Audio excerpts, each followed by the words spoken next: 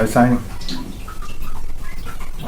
ऐसा ही कुछ है। ठीक है, आज हम लोग तुम्हारा क्यूरियोसिटी पे बात कर लेते हैं। क्या था प्रश्न तुम्हारा? हाँ ठीक है, हम समझ गए।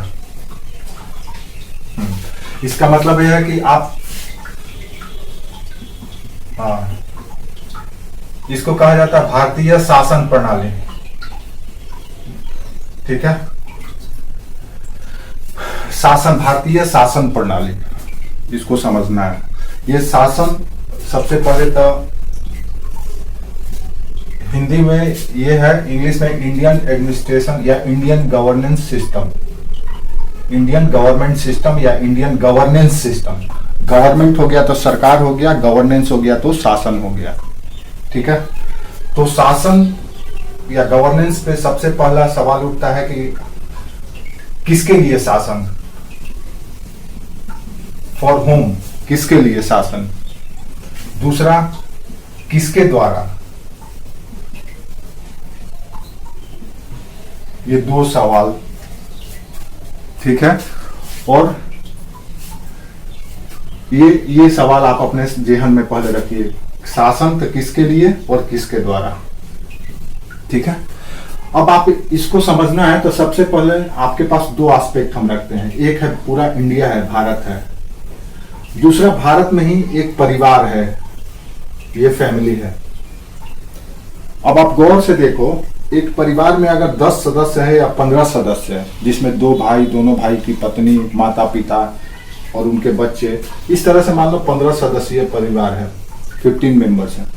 अब इस परिवार को चलाने के लिए एक मुखिया की जरूरत होती है, देखे होंगे आप, जिसको हम हेड कह सकते हैं या मुखिया कह सकते हैं। ठीक है, ये मुखिया कोई भी हो सकता है, बड़ा भाई भी बन सकता है, यंगर ब्रदर भी बन सकता है, या एल्डर ब्रदर भी बन सकता है, या फिर फादर भी बन सकते हैं, कोई भी बन सकता है जिसमें वो जज्बा हो, जिसमें वो दम हो। किस तरह का दम? तो या तो वो कमाता हो अच्छा खासा और परिवार के समस्त लोगों को पर समान रूप से ध्यान देता हो, समान रूप से ख्याल रखता हो, जिसकी जैसी जरूरत हो वो पूरी करता हो, परिवार की रक्षा करता हो, परिवार का संस्कार जो पीढ़ी दर पीढ़ी चले आ रहा था उसको कैरी करता हो, होता हो, यानी ले करके चलता हो, रिश्तेदारी, नातेदारी, सब कुछ का ख्याल रखता हो, यानी कि सब कुछ संभाल करके चलने वाला व्यक्ति मुखिया होता है। हमारे यहाँ मुखिया ट्रांसफर कर दिया जाता है, एक जनरेशन दूसरे जनरेशन को ट्रांसफर कर देता है। जैसे पिताजी बूढ़े हो जाते हैं, रिटायर हो जाते हैं, और बड़ा बेटा या कोई भी बेटा जो काबिल है, योग्य है सबसे ज्यादा, उसको ट्रांसफर कर दिया जाता है। उसी का निर्णय, उसी का फैसला पूरा परिवार पर लागू होता है। उसके आदेश को, उसके निर्णय को परिवार के सभी सदस्य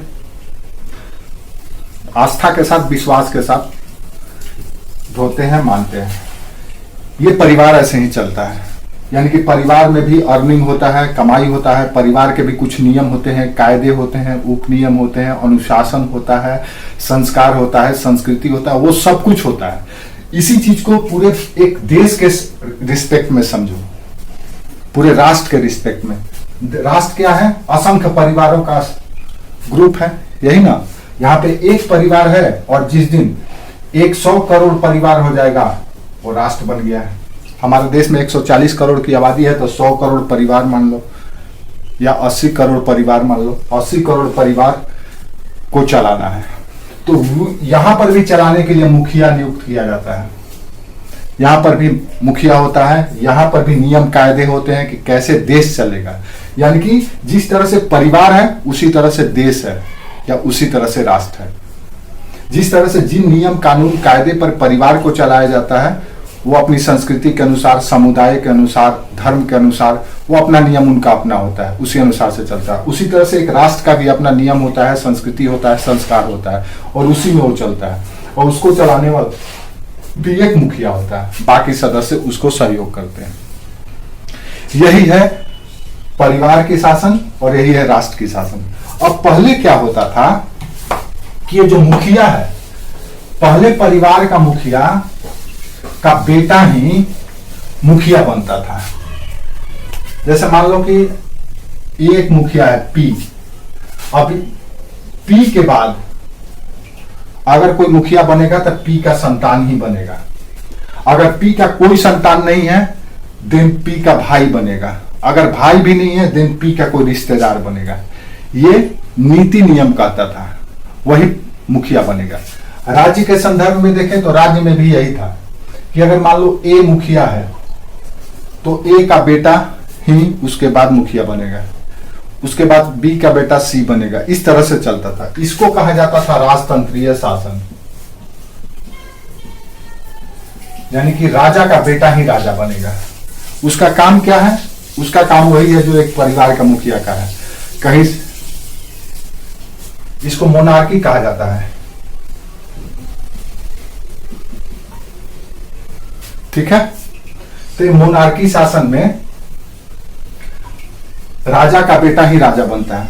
इसका भी काम वही है जो काम परिवार के मुखिया का है, किसी भी तरह से आय अर्जित करके परिवार की जरूरत को पूरा करना है। राजा का काम था उसी तरह से टैक्स कलेक्शन करके, बिजनेस व्यापार करके इनकम जनरेट करो और इनके ऊपर निर्भर जितने भी प्रजा है उनकी जरूरत का ख्याल रखो, उनकी सुरक्षा, उनके लिए लोक कल्याण का कार्य, उनके लिए विकास का कार्य, ये सब करना राजतंत्रीय शासन में भी था। राजतंत्रीय शासन भी दो तरह का होता है, एक तो निरंकुश राजतंत्र होता है, एक लिबरल मोनार्की होता है। तो निरंकुश राजतंत्र थोड़ा सा खराब हो जाता है, प्रजा उसको नहीं बर्दाश्त कर पाती है। लेकिन जब उदार राजतंत्र होता है, यानी कि राजा जब अपने प्रजा को अपने संतान की तरह समझने लगे। हालांकि हमारा नैतिक नियम यही करता है, हमारे जो नैतिक नियम के ग्रंथ है जैसे मनु स्मृति हुआ, गौतम स्मृति हुआ, या जो भी स्मृति ग्रंथ है नैतिक नियम से संबंधित, वो यही कहते हैं कि प्रजा जो है राजा का संतान है। तो जैसे परिवार में मुखिया का सारे संतति होते हैं, उसी तरह से देश में भी ये सिस्टम चलता है। लेकिन आज के समय में ऐसा नहीं है। अब राजतंत्रीय शासन में राजा का बेटा ही राजा बनता था, उसके परिवार के सदस्य को ही बड़े बड़े पद दिए जाते थे, वही शासन चलाता था, वही पूरे देश को देखता था। चाहे एक छोटा सा राज्य हो या एक साम्राज्य हो, यही सिस्टम चलता था। ये मिडाइवल पीरियड तक चला, जब तक ब्रिटिशर्स आए, और ये दुनिया के हर एक कोने में था। ये सिस्टम दुनिया के हर एक कोने में था, कहीं भी ऐसा नहीं था कि नहीं था। चाहे वो कबीलाई समाज हो, अगर जंगल में रहने वाला सोसाइटी हो, कम्युनिटी हो, वो भी इसी पैटर्न पे चलता था। अब ये चीज बदल गया है। अब यहाँ पे क्या हो गया कि मोनार्की के जगह पे हम लोग डेमोक्रेसी लेकर के चले आए, यानी कि लोकतंत्र लेकर के आए या प्रजातंत्र लेकर के आए। डेमोक्रेसी यानी प्रजातंत्र या लोकतंत्र या जनतंत्र, ये तीनों ही एक ही चीज है। अब यहां पे थोड़ा सा सिचुएशन बदल गया। पहले क्या था, पीढ़ी दर पीढ़ी या उसी के वंश के व्यक्ति एसेंडेंसी चलता था, एक पीढ़ी के बाद दूसरा पीढ़ी बागडोर संभाल लेता था। जैसे आज भी क्षेत्रीय दल देखेंगे, जो भी क्षेत्रीय राजनीतिक दल है उसमें देखिएगा लालू यादव का पार्टी का अध्यक्ष कौन बनेगा, लालू यादव के बाद उसका लड़का बनेगा, उसके बाद कौन बनेगा, उसका लड़का बनेगा। इसको वंशवाद भी कहा जाता है। इसी पे प्रहार करने के लिए नरेंद्र मोदी कह रहे हैं कि क्विट इंडिया वंशवाद, क्विट इंडिया करप्शन, यही चीज है। तो ये वंशवाद कहलाता है। अब कांग्रेस में क्या है, हाँ, राहुल गांधी का कल खूब धुलाई हुआ है संसद में। अमित शाह आधा घंटा 2 घंटा तक धोए हैं। हाँ, तो उस फ्लाइंग किस क्यों नहीं करेगा? वो इटालियन कल्चर का बच्चा है। वो कोई भी सेलिब्रेशन होता है तो अपनी मम्मी को किस करता है, अपने बहन को किस करता है, सब कोई पैर छूता है, तो उस कल्चर का है, तो उसका क्या दोष है? वो आप उसको आप चाहे कितना भी पॉलिश कर दीजिए, पहना दीजिए, टीका लगा दीजिए, वो है तो वही रंगा सियार। वो रंगा सियार है, वो आप में एडजस्ट कभी नहीं कर सकता है। अब बताओ, कल वो सदन में बोल रहा था कि मोदी को रावण बना दिया। हम कल वही मन में सोच रहे थे कि अगर आज रावण होता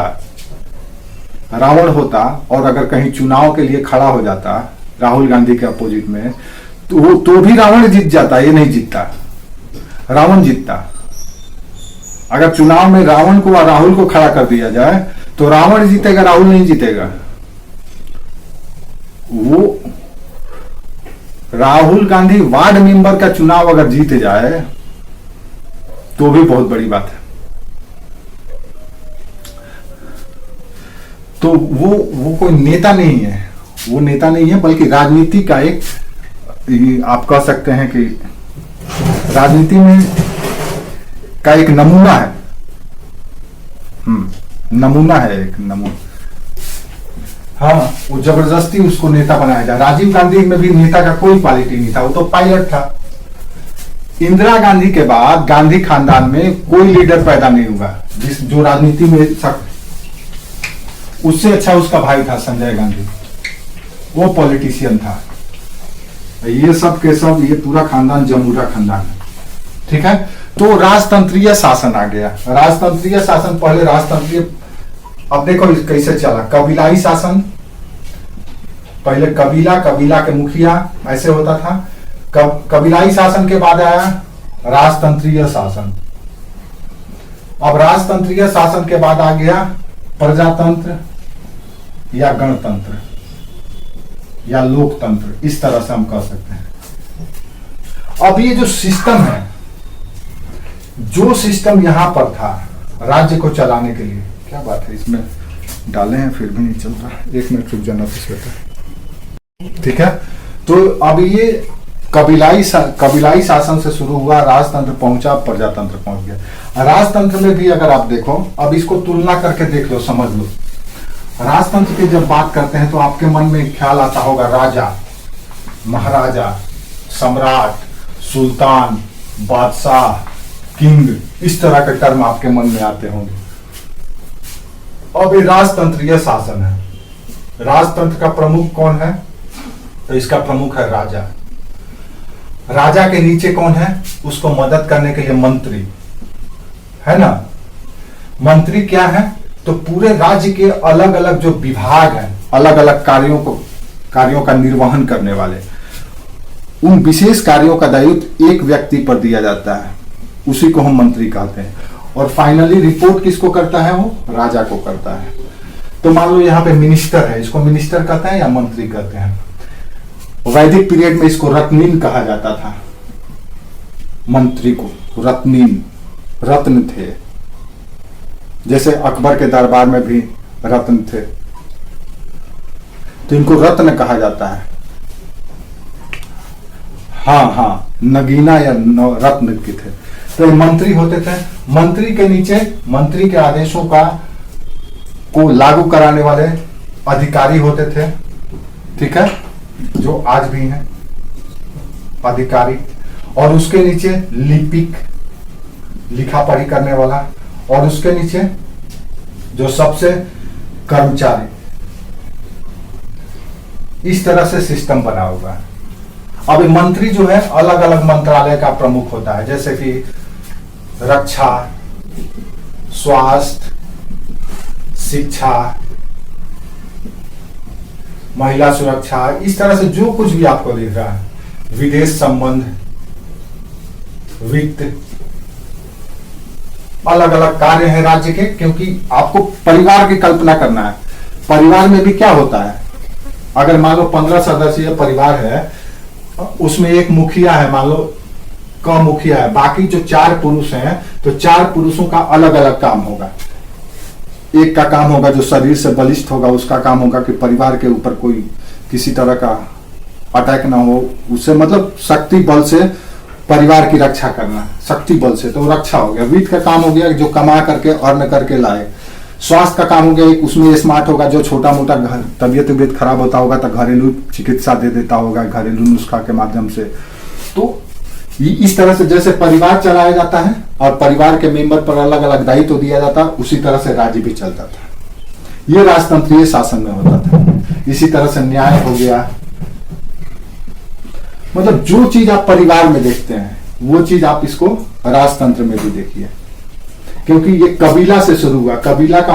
कबीला जो था, कबीलाई समाज जब था, जब मनुष्य जंगलों में रहता था और ग्रुप में रहता था, घर नहीं बनाया था, एक जगह से दूसरे जगह पे आते जाते रहता था, जहां उसको भोजन मिल जाए, जहां उसको शिकार मिल जाए वहां जाता था। तो वो कबीला में ग्रुप में रहता था, उसका एक मुखिया होता था जो वृद्ध आदमी होता था या अधेड़ होता था, और उसके साथ उसके साथ मंत्री होते थे या वो लोग होते थे जो अलग अलग कार्यों में महारत होते थे। उससे पूरा कबीला को संचालित किया जाता था। वही कबीला आगे बढ़ करके राजतंत्र बन गया। जब राजतंत्र बना तो इसको हम लोग, पहला जो राजतंत्र बना उसको हम कहते हैं जनपद। याद है जनपद? ये जनपद जब छोटे छोटे जनपद मिल गए तो ये बन गया महाजनपद। यही राजपद ही है, राजतंत्र ही।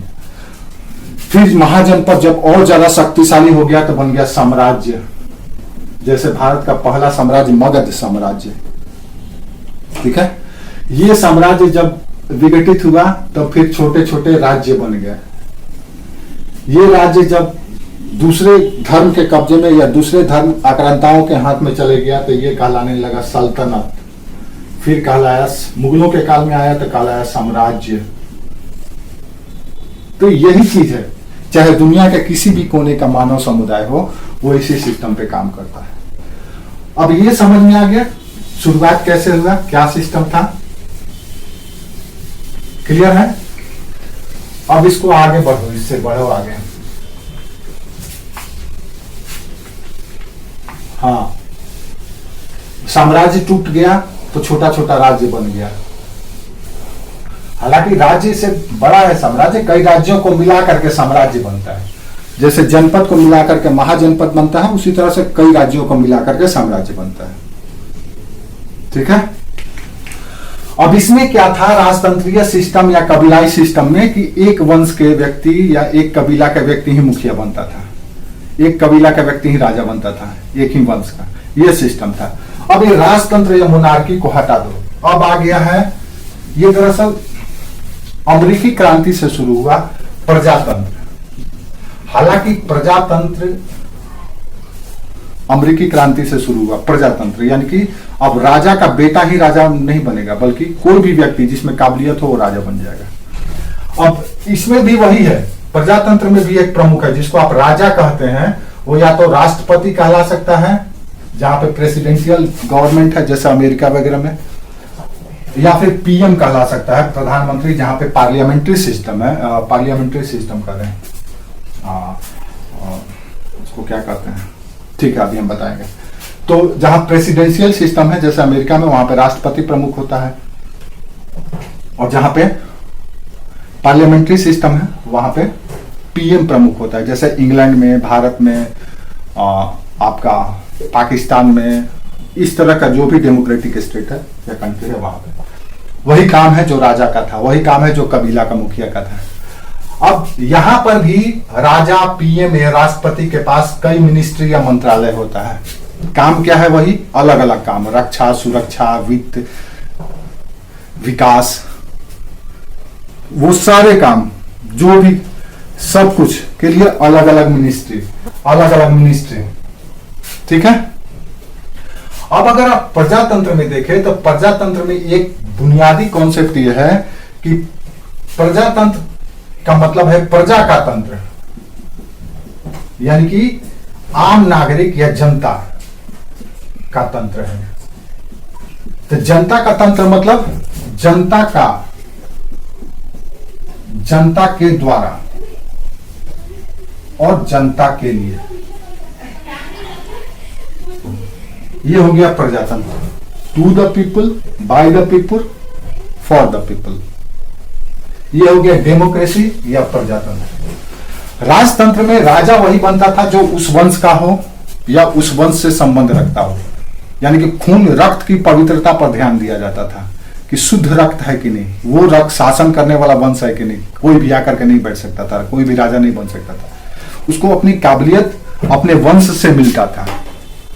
और देखेंगे तो ये जो प्रजातंत्रीय सिस्टम है इसकी शुरुआत ब्राह्मणों द्वारा की गई।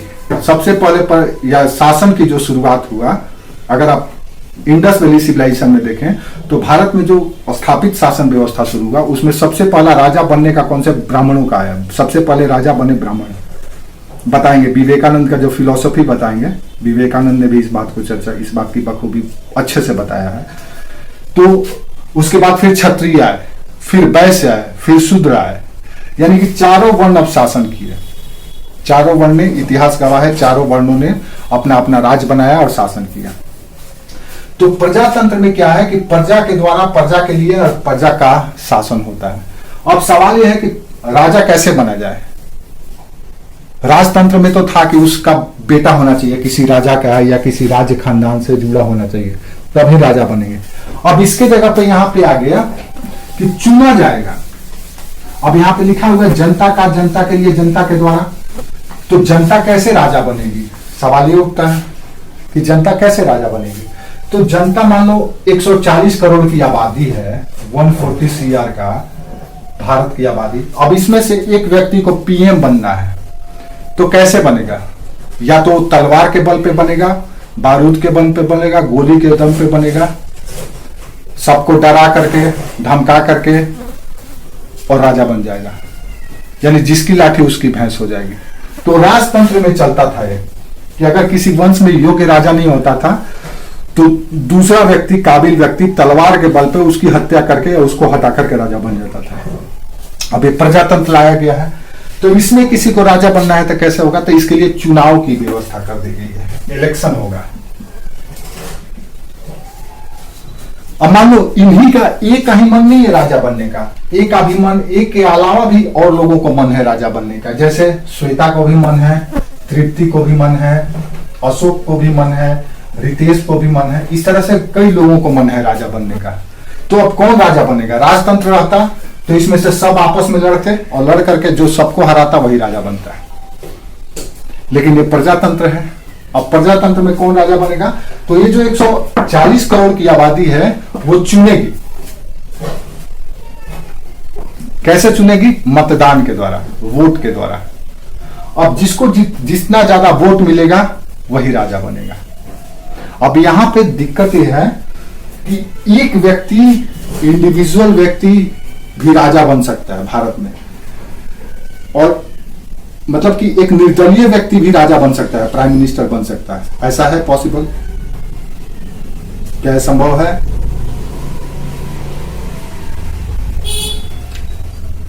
वो प्रेसिडेंट बनी हुई है।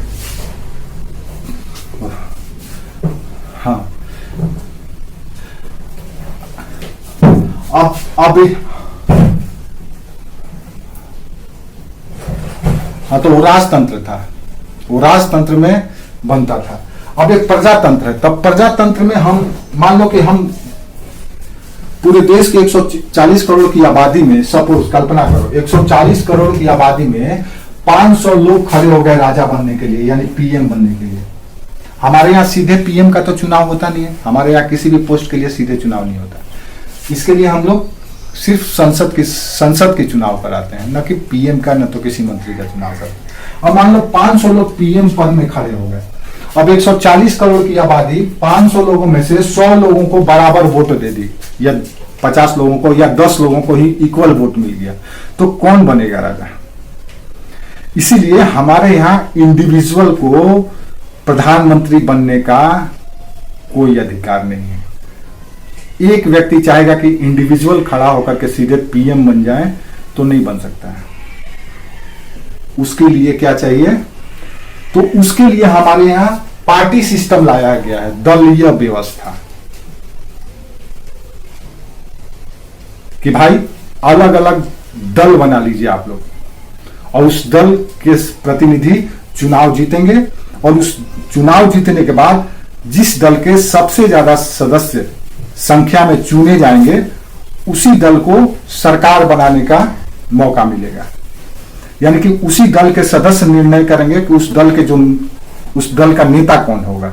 तो जो नेता होगा उस दल का, वही प्राइम मिनिस्टर बनेगा, यानी राजा बनेगा। तो सिंगल व्यक्ति राजा नहीं बन सकता है, निर्दलीय व्यक्ति हमारे यहाँ राजा नहीं बन सकता। उसके लिए हम लोग क्या किए हैं? तो उसके लिए हम लोग दलीय सिस्टम लाए हैं, या पार्टी सिस्टम लाए हैं। अच्छा, अब ये पार्टी सिस्टम जो है कहीं कहीं पे बहुदलीय पार्टी है। जैसे अमेरिका में देखोगे तो दो ही पार्टी चलता है, लिबरल और कंजर्वेटिव।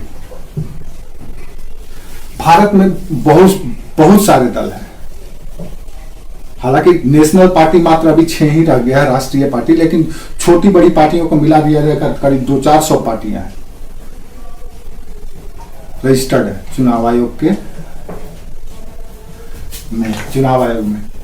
तो प्रजातंत्रीय सिस्टम में अगर किसी व्यक्ति को राजा बनना है, यानी प्राइम मिनिस्टर बनना है, तो उसको जनता चुनेगी। तो क्या कोई भी व्यक्ति, जनता किसी भी व्यक्ति को चुन देगी तो प्रधानमंत्री बनेगा? नहीं, नहीं बन सकता। उसके लिए दलीय सिस्टम लाया गया। अब दल देख लो क्या है दलीय सिस्टम, कैसे काम करता है सरकार में। अब मान लो कि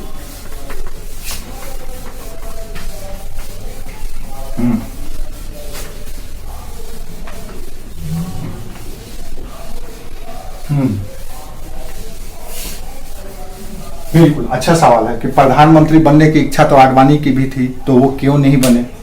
बिल्कुल अच्छा सवाल है। प्रधानमंत्री आडवाणी इसलिए नहीं बने क्योंकि जो चुनाव हुआ 2014 में, वो चुनाव नरेंद्र मोदी को सामने रख करके किया गया, लड़ा गया। नरेंद्र मोदी के वजह से लोग भारतीय जनता पार्टी को वोट दिए।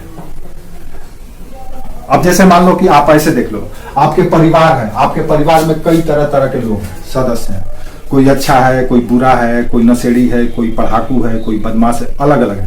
लेकिन उसमें से एक व्यक्ति ऐसा होता है जिसका व्यक्तित्व तो बड़ी संतुलित होता है, बैलेंस्ड होता है।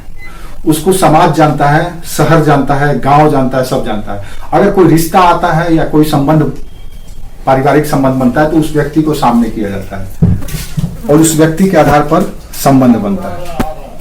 जो माननीय है, तो माननीय के आधार पर चुनाव लड़ा जाता है। जैसे राहुल गांधी है कांग्रेस का माननीय, ठीक है। राहुल गांधी अगर हट जाता है तो फिर अगर गांधी खानदान अगर कांग्रेस से हट जाए तो कांग्रेस अपनी पहचान खोने लगती है। समझ में आया? तो हमारे यहाँ प्रजातंत्रीय सिस्टम में जो आधुनिक गवर्नेंस सिस्टम है, मॉडर्न गवर्नेंस सिस्टम है, 18वीं शताब्दी में ये लॉन्च किया गया। अमेरिकी रेवोल्यूशन से, अमेरिकी क्रांति से आया, शुरू हुआ और धीरे धीरे पूरे दुनिया में फैलता चला गया। उससे पहले जो था वो राजतंत्रीय व्यवस्था था, राजा एक वंश का होता था। जैसे आज भी ब्रिटेन का जो क्राउन है वो राजा ही है। आज भी भूटान में राज सिस्टम ही चलता है। नेपाल में चंद साल पहले तक राजा ही शासन करता था। इंडोनेशिया में भी राजतंत्रीय सिस्टम ही था। लेकिन हमारे यहाँ मुगलों के बाद अंग्रेज जब आए तो कंपनी का शासन रहा और कंपनी के बाद फिर शासन ट्रांसफर हो गया ब्रिटिश पार्लियामेंट में, यानी ब्रिटिश पार्लियामेंट्री सिस्टम को हमारे यहाँ डाल दिया गया। ठीक है। और वहां का जो भी कॉन्स्टिट्यूशन था, जो भी प्रोविजन था वहां का, अमेरिका का, फ्रांस का, आयरलैंड का, ऑस्ट्रेलिया का, कनाडा का, ये सब में जहां जहां पे जो संविधान में जो भी व्यवस्था था उसको लेकर के हमने एक संविधान बना दिया। वहां से कॉपी किया, यहाँ पेस्ट कर दिया। अपना कुछ भी नहीं है हमारा संविधान में, सब के सब इंपोर्ट किया हुआ है। इसीलिए इतना समस्या होता है हर एक चीज पर। संविधान अंबेडकर ने लिखे थे, रायजादा लिखे थे संविधान। हाँ, रायजादा महोदय ने लिखा था, लेकिन कहा जाता है कि संविधान लिखने वाले अंबेडकर थे। अंबेडकर ने नहीं लिखा था। अंबेडकर प्रारूप समिति के अध्यक्ष थे। वो संविधान के रचयिता नहीं थे, वो प्रारूप समिति के अध्यक्ष थे। मतलब जो भी ड्राफ्ट तैयार किया जाता था उसको देखते थे और उसको ये करते थे, वेरीफाई करते थे कि हाँ ये ठीक है, ये हटा दीजिए। हाँ, ऐसा इसलिए उनको इसलिए बनाया गया था क्योंकि वो एक अलग मोर्चा खोल दिए थे। उनका गांधी से पटरी नहीं खाता था और न तो गांधी उनको देखना चाहते थे, दोनों में। लेकिन एक बहुत बड़ी आबादी का नेतृत्व करने लगे थे, दलित आबादी का। दलित वर्ग उनको अपना नेता मानने लगा था और वो चाहते थे कि मुसलमानों की तरफ उनको भी अलग पृथक निर्वाचन किया जाए। हालांकि गांधी इस सब पे 1916 में 1916 कर रहे हैं, गांधी नहीं चाहते थे। लेकिन जब राउंड टेबल कॉन्फ्रेंस हुआ तो राउंड टेबल कॉन्फ्रेंस, दूसरा राउंड टेबल कॉन्फ्रेंस में यानी गोलमेज सम्मेलन में जब गांधी इंग्लैंड गए थे तो वहां पर वो सम्मेलन इसी वजह से अंबेडकर के हठ धर्मिता के वजह से ही फ्लॉप हो गया था। वो चाहते थे अंबेडकर को पृथक निर्वाचन दिया जाए हमको, जैसे मुसलमानों को दिया गया उसी तरह से हमको भी दिया जाए कि हमारा प्रतिनिधि खड़ा होगा और हमारे प्रतिनिधि को हमारे ही जाति के लोग वोट देंगे। तो इससे क्या होता कि समाज में और बंटाधार हो जाता। और गांधी नहीं चाहते थे, गांधी चाहते थे कि वो अखिल भारतीय नेता बने। तो गांधी और अंबेडकर या कांग्रेस और अंबेडकर के बीच मनमुटाव के वजह से अंबेडकर को तुष्ट करने के लिए उनको अध्यक्ष बना दिया गया। ऐसा नहीं था कि वो बहुत बड़े बैरिस्टर, उससे बड़े बैरिस्टर गांधी थे, उससे बड़े बैरिस्टर नेहरू थे। ये तीनों ही बैरिस्टर थे, गांधी भी बैरिस्टर थे, अंबेडकर भी बैरिस्टर थे और नेहरू भी बैरिस्टर थे। सबके सब वकील ही थे, सबके सब वकालत करते थे। और इन्होंने ही देश का ये जब जब देश की बागडोर इन वकीलों के हाथ में गई है, बंटाधार भी है। तो वकील जो जाति होता है ना, सबसे रद्दी कम्युनिटी होता है। ये तर्क के माध्यम से, तर्क के द्वारा बहला फुसला करके आपके सारी फीलिंग्स, सारे अरमान की हत्या कर देते हैं। तो अंबेडकर के द्वारा संविधान ये किया गया। तो प्रजातंत्रीय सिस्टम में क्या होता है, राजा को चुना जाता है। तो चुनने के लिए भाई इतने बड़े देश में कौन राजा बनेगा, तो इसके लिए हमने दलीय सिस्टम ले आया है, दलीय व्यवस्था लिया है। अब किसी किसी दल में एक ही, किसी किसी देश में एक ही दल है, जैसे कि चाइना में कम्युनिस्ट पार्टी, सिर्फ उसी पार्टी, एक ही पार्टी के सारे सदस्य होंगे, चुनाव एक ही पार्टी से कई लोग जीत खड़ा होंगे, जो जीतेगा वो पार्टी का प्रतिनिधित्व करेगा। एक दलीय सिस्टम है। हमारे यहाँ बहुदलीय है। अगर आपके पास ये कोई, आज हमारे यहाँ तो ऐसा हो गया कि अगर कोई व्यक्ति एक बार मुख्यमंत्री बन जाता है और अगले बार उसकी पार्टी उसे मुख्यमंत्री नहीं बनाती है, देन वो तोड़ करके अपना एक अलग पार्टी खड़ा कर लेता है। जैसे आपके सामने उदाहरण है, शिवसेना देखो अभी टूटी है, तो एक उद्धव गुट है, एक शिंदे गुट है। इसी तरह से महाराष्ट्र की बात करें, अजीत पवार की पार्टी टूटी तो एक हो गया अजीत पवार गुट, दूसरा हो गया शरद पवार गुट। उसी तरह से कांग्रेस से टूट करके कई पार्टियां, क्षेत्रीय पार्टियां बनी। जितनी भी पार्टियां आज आपको दिख रही है बीजेपी को छोड़कर, सब के सब कांग्रेस की नाजायज संतति है, सब के सब।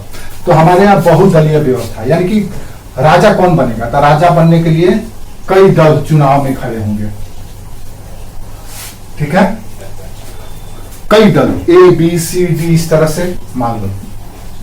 अब इसको और समझना है तो बीजेपी, कांग्रेस और मान इस तरह से दलीय सिस्टम। अब ये जितने भी दल हैं, ये सारे के सारे दल अपने पूरे भारत के जितने भी सीट हैं चुनाव के, लोकसभा के सीट, क्या होता है लोकसभा, वो हम आगे बात करेंगे, उसमें अपना प्रतिनिधि खड़ा करेंगे हर एक दल। अब जिस दल का सबसे ज्यादा व्यक्ति चुन करके आएगा, मान लो हमारे यहाँ लोकसभा का टोटल 550 सीट है, अब जिस दल का सबसे ज्यादा प्रतिनिधि चुन करके आएगा, अब आधा कितना हो, 51% कितना होगा इसका, तो मान लो इसका 550 का 50% कितना हो जाएगा, 550 का 50% कितना होगा, 2 दूनी 4, 2 7 14, 2 5 10, है ना। यानी कि अगर कोई 275 और +1 एक और जोड़ लो, 276 सीट अगर जीत लेता है, तो उस पार्टी का, मान लो ये चीज बीजेपी जीत गया। हालांकि 550 548 पर ही डायरेक्ट चुनाव होता है, 2 पोस्ट नॉमिनेट किया जाता है राष्ट्रपति के द्वारा,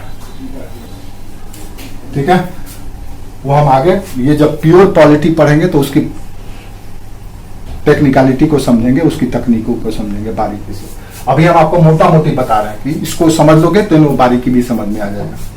अब इसमें से मान लो 275 सीट ये पार्टी ने जीत लिया, या 276 सीट, देन अब इसी का जो नेता होगा, 275 लोगों में से 275 लोग मिल करके चुन लेंगे कि भैया हम 275 लोगों में से सबसे काबिल आदमी है, ये है, ये हमारे नेता हैं दल के। अब यही व्यक्ति राष्ट्रपति के पास जाएगा और राष्ट्रपति इसको प्राइम मिनिस्टर डिक्लेयर करेगा।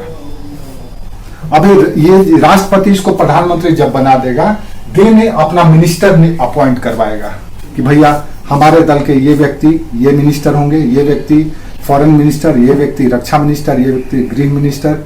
इस तरह से वो प्रधानमंत्री नॉमिनेट करवाता है राष्ट्रपति के द्वारा। समझ में आ गया? ये है लोकतंत्रीय सिस्टम। अब मान लो जिसका 275 से कम है तो वो लोग क्या करेंगे, सपोज मान लो कि यहाँ पे एक और स्थिति पैदा हो सकता है। क्या पैदा हो सकता है? मान लो बीजेपी को 270 मिल गया या कांग्रेस को 230 मिला, इसको 40 मिल गया, इसको 100, इस तरह से जोड़ लो, मतलब 550 कर लो। पता चला किसी को बहुमत नहीं आया, तो क्या होगा भाई? तो क्या होगा? किसको बुलाएगी राष्ट्रपति? राष्ट्रपति किसको बुलाएंगे कि तुम आकर के प्रधानमंत्री बनाओ या तुम आकर के सरकार बनाओ? संविधान ये कहता है कि जो सबसे लार्जेस्ट पार्टी होगा, सिंगल लार्जेस्ट पार्टी, पहले आप उसको ऑफर कीजिए सरकार बनाने के लिए, जो सबसे सिंगल लार्जेस्ट पार्टी है। अब यहाँ पे मेजोरिटी किसी को भी नहीं मिला है, 275 किसी के पास भी नहीं है, या 276 किसी के पास भी नहीं है, 276 किसी के पास होगा तभी वो ऑफिशियली अधिकार रखता है सरकार बनाने के, लेकिन किसी के पास नहीं है। ऐसी स्थिति में राष्ट्रपति के पास समस्या उत्पन्न हो जाता है, किसको बुलाए भाई सरकार बनाने के लिए। तो आप खुद देख करके बताइए किसको बुलाना चाहिए पहले सरकार बनाने के लिए। तो एक सामान्य आदमी भी बता देगा कि जो एक कॉमन मैन भी बता देगा कि भैया जिसके पास सबसे ज्यादा संख्या है उसी को पहले बुला लीजिए, भले ही वो बहुमत में नहीं है। तो राष्ट्रपति इसको बुलाएगा अपने विवेक से, स्वविवेक से, आ जाओ भैया तुम। अब इसके पास तो 275 है नहीं, तो क्या करेगा, देने क्या करेगा, किसी दूसरी पार्टी के साथ अलायंस करेगा। मान लो इसके पास 10 सीट इसने भी जीता है, तो इसको अलायंस कर लिया, बोला आ जाओ बेटा मेरे साथ, तुम 10 मेंबर अगर आ जाओगे तो तुम 10 में से 2 लोगों को हम मिनिस्टर बना देंगे। तो क्या करेगा, और तो जान रहा है कि भैया ऐसे भी तो हमको कुछ जगह नहीं मिलने वाला, हम तो सरकार बना नहीं सकते, मेरा कोई औकात नहीं है, इसको आप पार्टी मान लो। इसका भी तो 2 सांसद हैं, तो इसको आप पार्टी मान लो। अब आप पार्टी चले गई बीजेपी के साथ, अब इसका हो गया 80, 280। अब ये सरकार बनाने के लिए चले गया। अब ये सरकार बनाएगा, इसका प्राइम मिनिस्टर, इसका होम मिनिस्टर, इसका डिफेंस मिनिस्टर, इसका फॉरेन मिनिस्टर, इसका फिनांस, सब इसी का, सरकार इसका, यानी पूरे भारत की शासन की बागडोर इसके पास चला गया। अब प्रजातंत्र की सबसे बड़ा डिमेरिट यह है, प्रजातंत्र में एक कॉन्सेप्ट चलता है, बहुजन हिताय बहुजन सुखाय, न कि सर्वजन हिताय सर्वजन सुखाय। बहुत जनों का हित, बहुत जनों के सुख की कामना की गई है। सभी जनों के हित और सभी जनों के सुख की आदर्श नहीं चलता है। बहुजन हिताय बहुजन सुखाय। अब देखो 140 करोड़ आबादी ने वोट दिया, लेकिन यहां पे देखो तो 270 सीट ही इन्होंने जीता था, यानी कि 140 में से मात्र हो सकता है 80 करोड़ आबादी ही इनको वोट दिया हो। नहीं, बाकी लोग तो इनको भी तो वोट दिए हैं। एक मिनट रुक जाना थोड़ा सा। तो लोकतंत्र का यही सबसे बड़ा विडंबना है कि 140 करोड़ आबादी में से 80 करोड़ आबादी ने बीजेपी को चुना, लेकिन अब वो 140 करोड़ आबादी पर शासन करेगा, है ना। वो 140 करोड़ की आबादी का प्रधानमंत्री जो बंदा बैठा हुआ 140 करोड़ आबादी का है, वो व्यक्ति अब ये नहीं देखेगा कि फलना नागरिक उसको वोट दिया था कि नहीं दिया था, वो बीजेपी को दिया था, कांग्रेस को दिया था, सीपीएम को दिया था, या A to Z किसी भी पार्टी को दिया, उससे अब उसको कोई मतलब नहीं है। अब वो सबका प्रधानमंत्री और सब उसके मिनिस्टर सबका मिनिस्टर है। तो ये प्रजातंत्रीय व्यवस्था में सरकार ऐसे बनाया जाता है, जनता चुनती है। राजतंत्रीय में क्या था, राजा के वंश के ही व्यक्ति राजा बनता था, एसेंडेंसी चलता था। अब ये समझ में आ गया कि राजा यानी कि कौन बनेगा। अब राजा मान लो बन गया, भारतीय जनता पार्टी का एक व्यक्ति नरेंद्र दामोदर दास राजा बन गया। अब यही राजा बनने के लिए भारत का अगर इतिहास देखो या प्रधानमंत्री बनने के लिए भारत को टुकड़ों में बांट दिया गया। जिन्ना बोले कि हम प्रधानमंत्री बनेंगे, नेहरू बोले कि हम प्रधानमंत्री बनेंगे, क्योंकि जिन्ना की पार्टी भी जीती थी लेकिन उतनी सीट भले नहीं आई थी क्योंकि बहुसंख्यक आबादी हिंदुओं की थी। तो उन्होंने वो चाहते थे कि हम ही बने राजा, यानी हम ही प्राइम मिनिस्टर बने। नेहरू चाहते थे कि नहीं हम बने, नेहरू कांग्रेस गांधी के करीबी थे, तो उन्होंने गांधी के साथ मिल करके बोला कि भैया, अब नेहरू जिन्ना बोले कि भैया या तो आप हमको प्रधानमंत्री बनाइए ना तो देश का बंटवारा कर दीजिए, जैसे परिवार में बंटवारा हो जाता है। तो देश बट गया, पाकिस्तान एक अलग बन गया। अब उसका वजीर आजम बन गए कायदे आजम, जैसे हमारे यहाँ महात्मा गांधी, उसी तरह वहां के कायदे आजम बन गए मोहम्मद अली जिन्ना। ठीक है, तो राजनीति में सेक्रीफाई किया जाता है, अपनों की भी बलि दी जाती है। बहुत महत्वक। हाँ, 4 बजे वाला, 4 बजे का शिफ्ट है। ठीक है, तो ये प्रजातंत्रीय सिस्टम में चलता है। अब ये प्रजातंत्र को चलाने के लिए इसके 4 पिलर है। ये जो प्रजातंत्र है ये 4 पिलर पे टिका हुआ है, यानी परिवार के जैसे परिवार जैसे कुछ आदर्शों कुछ विचारों पर टिका होता है, उसी तरह से देश को अगर परिवार मान लिया जाए तो इस परिवार में 4 खंभे हैं, 1 2 3 और 1 1 4। ठीक है। पहला जो है सरकार, उसको कहा जाता है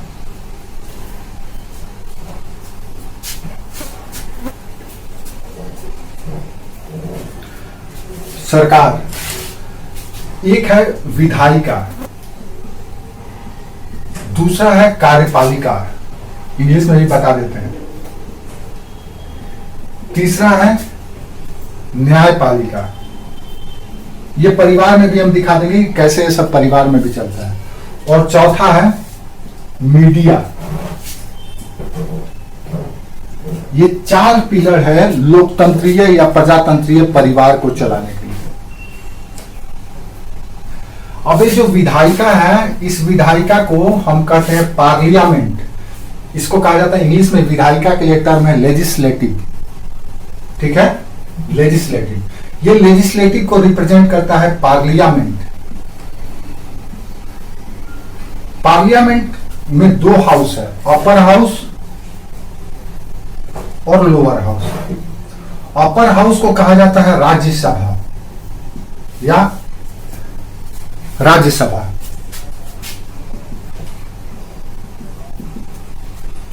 इसको हाउस ऑफ स्टेट रिप्रेजेंटेटिव भी कहा जाता है। और दूसरा है लोअर हाउस, इसको कहा जाता है लोकसभा। ये जो हमने बोला कि 550 सीट है और जनता सीधे चुनती है, ये इसी का चुनाव होता है, लोकसभा का ही। ये चुनाव हर एक 5 वर्ष पे आयोजित किया जाता है। और अपर हाउस जिसको राज्यसभा कहते हैं, ये परमानेंट नेचर का होता है, ये कभी डिसॉल्व नहीं होता है, कभी भंग नहीं होता है। इसका चुनाव डायरेक्ट जनता इसको नहीं चुनती है, बल्कि ये चुने हुए प्रतिनिधि ही अपने में से नॉमिनेट करते हैं, चुनते हैं। ये राज्यसभा है। ठीक है, समझ में आ रहा है? तो पहला लोकतंत्र या डेमोक्रेसी का पहला पिलर है विधायिका, लेजिस्लेशन या कह लीजिए, या लेजिस्लेटिव कह लीजिए। तो लेजिस्लेशन, इसका काम क्या है? विधायिका का काम है विधि बनाना, इसका काम ही है कानून बनाना, नियम बनाना।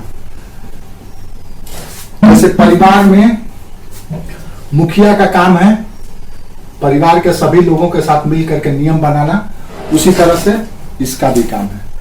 अब कार्यपालिका जो है, ये कार्यपालिका, इसको कहा जाता है एग्जीक्यूटिव। इसका काम है बनाए गए विधियों को, नियमों को लागू करना, इंप्लीमेंट करना। इंप्लीमेंटेशन का काम इसका है, किसका? कार्यपालिका का। अब कार्यपालिका में कौन आ जाता है? तो जितने भी मिनिस्टर हैं, मिनिस्टर से लेकर के एक ब्यूरोक्रेट तक, आईएएस ऑफिसर तक, ये सब एग्जीक्यूटिव है। यानी मंत्री, सचिव, डायरेक्टर, ज्वाइंट डायरेक्टर, फिर उसके बाद डीसी, डीएम जो भी है, ये सब के सब एग्जीक्यूशन में काम कर। इन लोगों का काम क्या है? नियमों को लागू करना है। ये कार्यपालिका होगी। अब तीसरा है न्यायपालिका। ये बड़ी अहम भूमिका निभाता है डेमोक्रेसी में। हो सकता है कि विधायिका डिक्टेटरशिप मोड में आ जाए, अगर उसके पास मेजोरिटी आ गया, मान लो 550 सीट है, 550 में से 450 सीटें जीत गई हो एक दल का, तो हो सकता है वो कुछ भी नियम बनाने लगे, संविधान में संशोधन करने लगे, कर सकता है ना। तो उसको कंट्रोल करने के लिए, यानी उठपटांग काम न करे, संविधान से परे जाकर के संविधान का अतिक्रमण करके कुछ भी न करे, उसके लिए हमने न्यायपालिका बना दिया है। दूसरा न्यायपालिका इसलिए है कि अगर प्रजा को या जनता को या नागरिक को किसी भी तरह का कोई समस्या हो, चुनौती हो, चाहे वो सरकार से समस्या हो,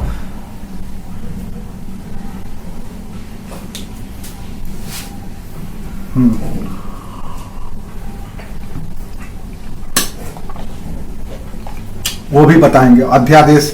अध्यादेश उस पर बात बताएंगे क्या होता है अध्यादेश। हालांकि ये वीडियो में होगा, यूट्यूब में जाएगी ना मेरा, तो उसमें होगा, पॉलिटी का बहुत सारा क्लास का होगा, वीडियो मिल जाएगा। लेकिन फिर भी किसी दिन हाँ, उसमें पॉलिटी भी है, ज्योग्राफी भी है, इकोनॉमी भी है, साइंस टेक भी है, हिस्ट्री भी है, सब है। लगभग 400 वीडियो उसमें है, तो आप जाके देख सकते हो।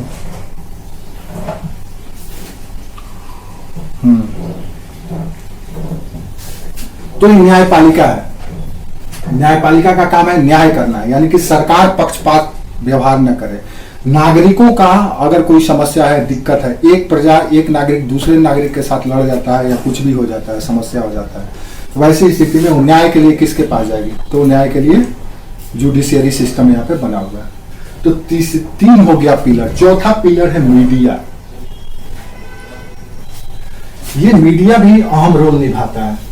ये मीडिया क्या करता है? वो सब कुछ सामने ला करके रख देता है जो कहीं छूट न जाए।